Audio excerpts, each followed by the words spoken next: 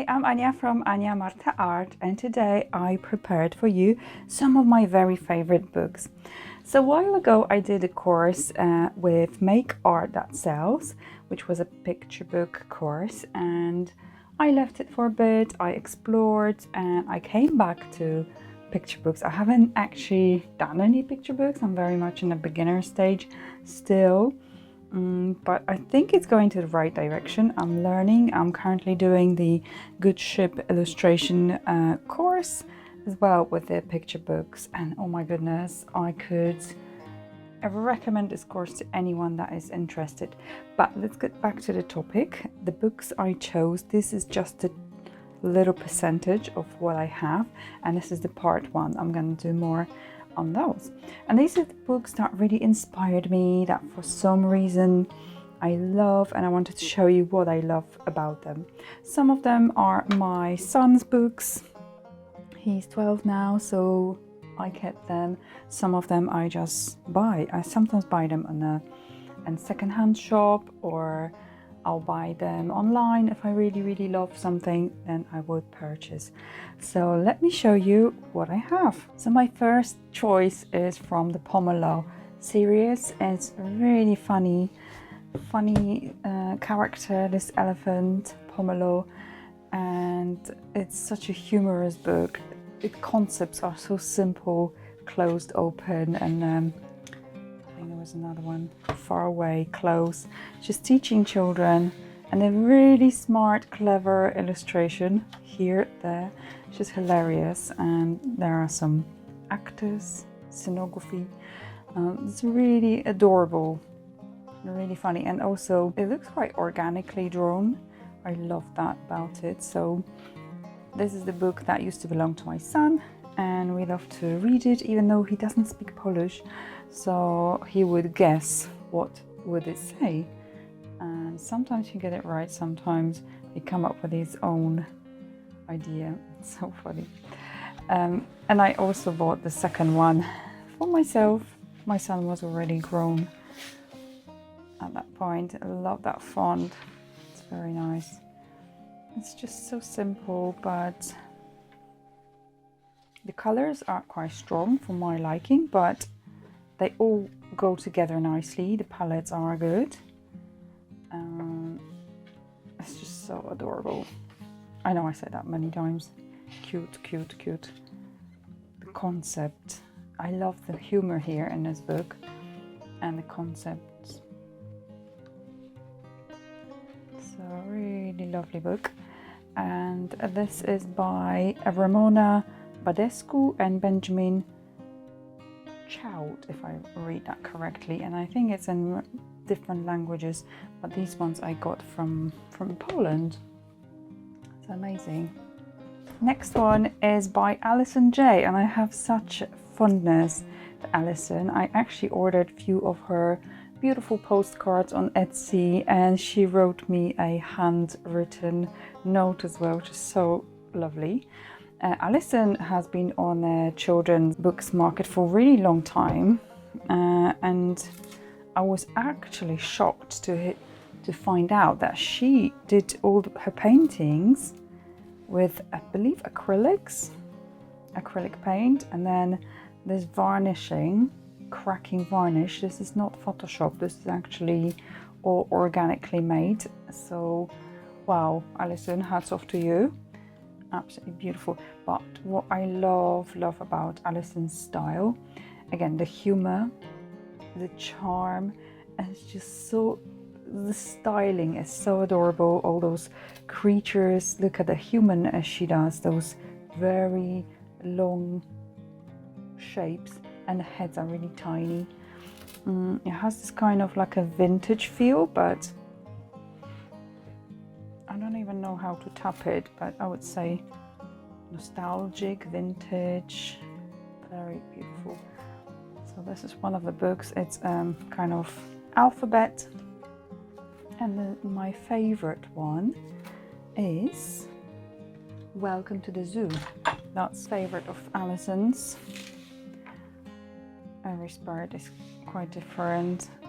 Characters, you can recognize her style immediately. And you can see, I think on every page there's going to be that parrot somewhere, that balloon of a parrot, and it's quite funny. You can find, I hope you can see okay without the glare from the light. A bit better. I didn't realize the shiny pages might cause a little bit of an issue here.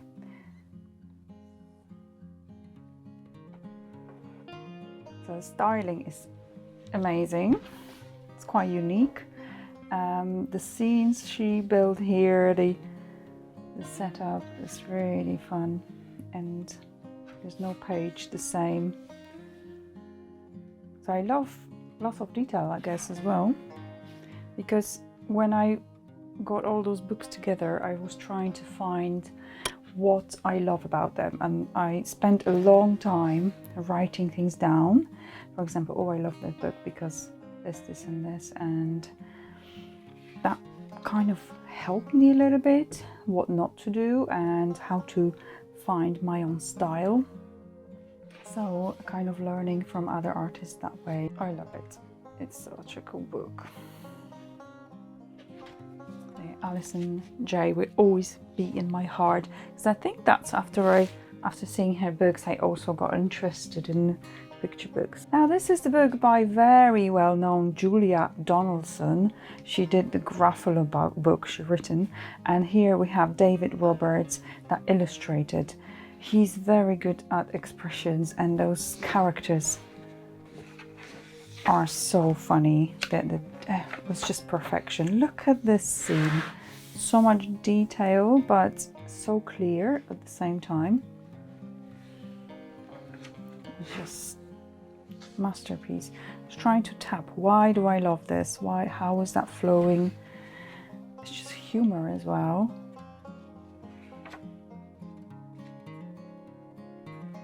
Different scale, they drew it. They made those dinosaurs huge.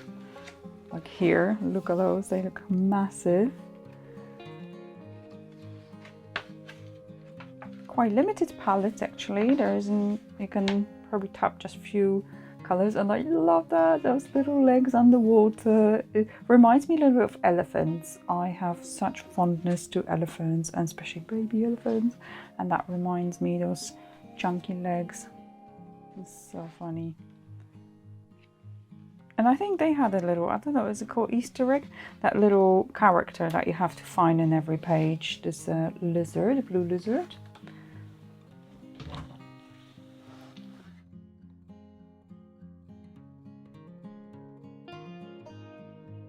Beautiful, look at that contrast here. You can learn from just from books other people already did, masters. So much. So that's the one, dinosaur one. Now this book is absolutely so close to my taste, what I love, and I was trying to put it into little details, why I love it so much. And it's by Nicola Davies and illustrated by Emily Sutton. Lots. The diversity of life on Earth. What a lovely topic to illustrate. First of all, the nature, the animals, and greenery. And I just love all the kind of mixed media feeling. That's why I absolutely adore different textures. The colors, I would say, there's some child trying to write their name here, because I think I bought this book secondhand. I went to London to see my friend, and she took me to this tiny little shop that had all children's book secondhand. I was like, oh my gosh. So I bought bags and bags, you can imagine. What a lovely spread of patterned, or do they repeat, or are they all unique? I think they're all unique, the animals. I just love her line. I love her. The palette is again a little bit like this, not desaturated, maybe more delicate. Yeah, maybe desaturated a little bit. More subtle, bit more vintage feeling. And look, all those textures, all those marks. How amazing is that looking? Beautiful. So I have also purchased some of Emily's cards. I went for a day, the artist village place, and they had a lovely shop with lovely cards from different artists. And she had like a 3D opening sort of little shops, and I recognized her style immediately. Look how gorgeous is that. Oh, this is my favorite. I love that. You can just get inspiration from how she plays with different marks. I think here you got some sponge, so I think I'm 99.9% convinced she does things organically.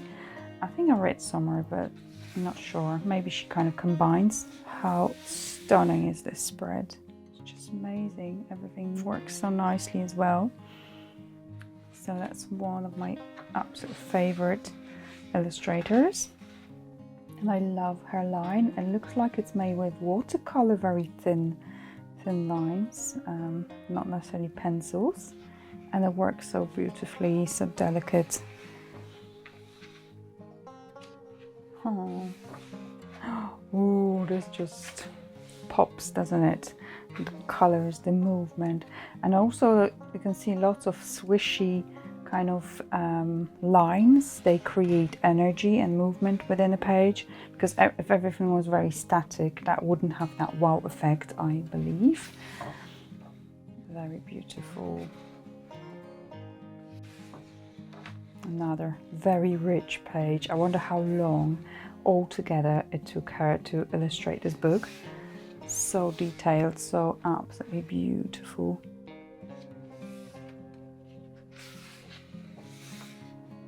Very good. Gorgeous.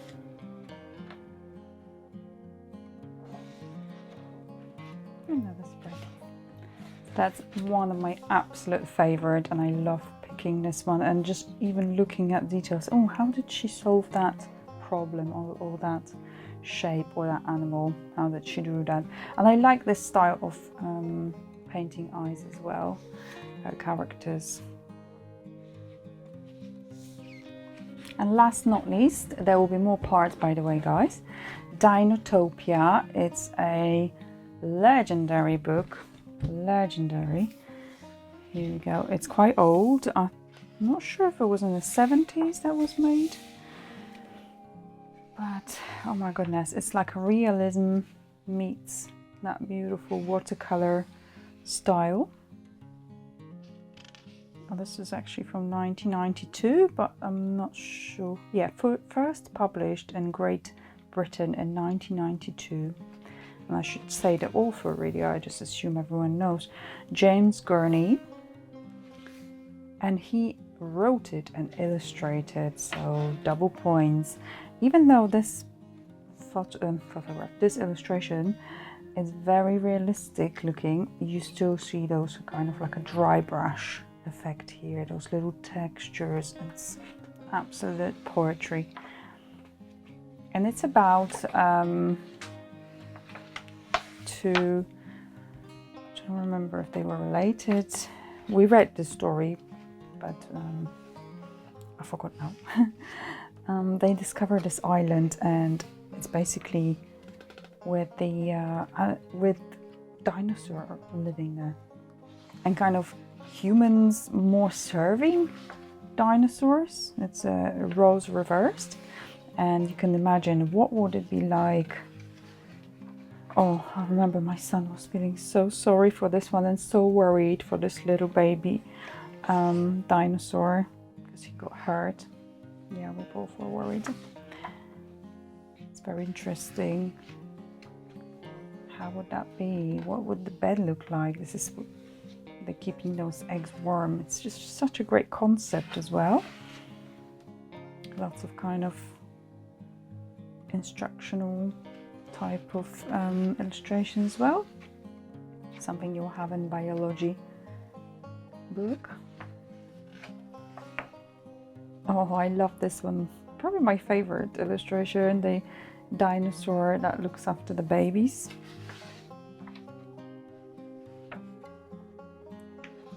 Oh, no, it's not like the human serving dinosaurs. I can't remember. There was some kind of thought to it.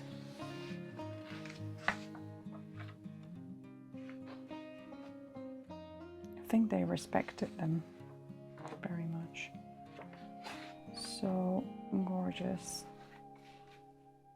Some of them are a little bit more painterly. You can see more like an acrylic paint rather than watercolors, but they're all beautiful.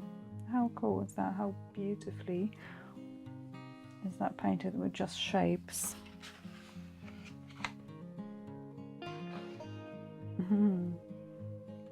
So many adventures for this little guy. Wow, what a stunning spread. It's just, you can stay on this page for quite a while and just look at the details and everything. So it's not necessarily the style I want to replicate. I don't think I'll be ever that good at drawing, to be completely honest. I love looking at it. I love some elements. I love how creative and clever this author is here. But the style, I would probably prefer something much more simple on my own drawings. So we can just go over and over pages. Just want to show you a few more.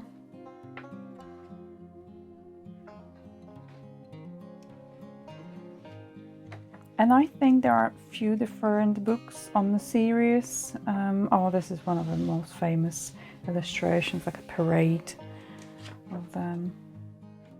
Very stunning. And that's the guy himself, James Gurney. He began his career as a background painter for the feature-length animated film Fire and Ice in 1983, when I was just 1 year old. More than 70 books. Amazing. They are really clever guy. Fantastic book. I would recommend just even to look at those illustrations, not even reading the story necessary, but so beautiful. So I'm going to do a few more of these because I have loads of books to show you guys, and I hope you enjoy that. Please let me know if you have your favorite book, and if you enjoy that video, please if you could give me a like and subscribe, I'll be ever so grateful, and I'll speak to you next time. Thank you so much. Bye.